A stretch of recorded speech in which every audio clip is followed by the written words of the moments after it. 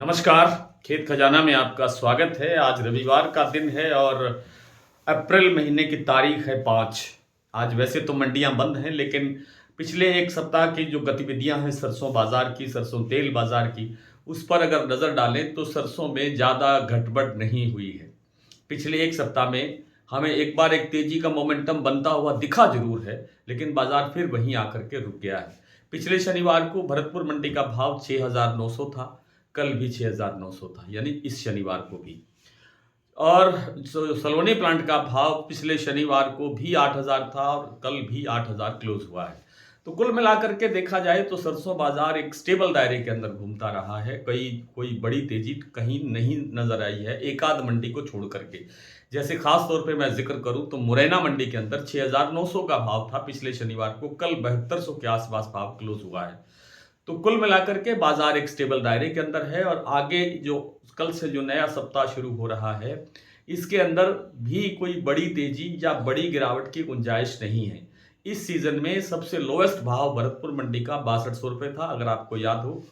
तो अब ये सोचना कि 6200 का भाव फिर से देखने को मिल सकता है इस सीजन के अंदर, पूरे सीजन के अंदर, तो शायद मुमकिन नहीं है। अगले साल मार्च के आसपास, फरवरी के आसपास जरूर ये चीज़ें फिर से देखने को मिल सकती होंगी शायद, लेकिन इस सीजन के अंदर फिर से 6200 का भाव भरतपुर मंडी का बनेगा ऐसा लगता नहीं है। होने को कुछ भी हो सकता है। जयपुर लोएस्ट भाव 6,900 का था, वहां तक वापसी आएगी सरसों का बाजार भाव, इस तरह की कोई संभावना नजर नहीं आती है। और जो 7400 का लेवल कल जयपुर का बंद हुआ है, इसमें बड़ी तेजी शायद इस सप्ताह नहीं है। हो सकता है कि बाजार 100 रुपये के प्लस हो जाए, फिर 50 रुपये घट जाए। जिस तरह से इस सप्ताह अंत के अंदर जो 150 रुपये की 100 रुपये की गिरावट आई है, इतनी बड़ी गिरावट एक दिन में एक साथ आ जाएगी, इसकी भी उम्मीद कम लगती है। तो कुल मिलाकर के बाजार एक सीमित दायरे के अंदर कारोबार करता हुआ दिखा सकता है। कल हो सकता है कि बाजार स्टेबल खुले, थोड़ा बहुत बाजार 25-50 रुपए बढ़ के भी खुल सकता है, लेकिन बड़ी तेजी की गुंजाइश फिलहाल नहीं है। और जो सबसे बड़ा कारण इसके अंदर ये है कि आवक बढ़ रही है। आवक 12 लाख बोरी तक फिर से हो गई है और इस सप्ताह के अंदर भी ये आवक इस प्रकार की रहनी चाहिए।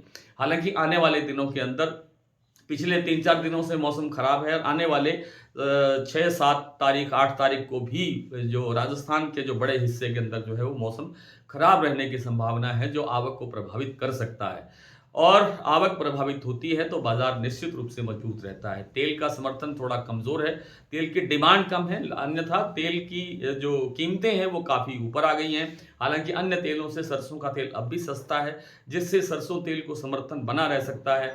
सरसों खल के अंदर बड़ी गिरावट दर्ज हो गई है, लगभग 80 रुपये का बाजार टूट गया है। इसमें कोई बड़ी गुंजाइश नहीं है तेजी में आने की सरसों खल में, लेकिन सरसों तेल फिर आगे चल के मजबूत होने की संभावना बनेगी। लंबी दूरी के अंदर सरसों में अभी भी तेजी की धारणा मजबूत है। आज इतना ही, कल आपसे फिर मुलाकात होती है, तब तक के लिए नमस्कार।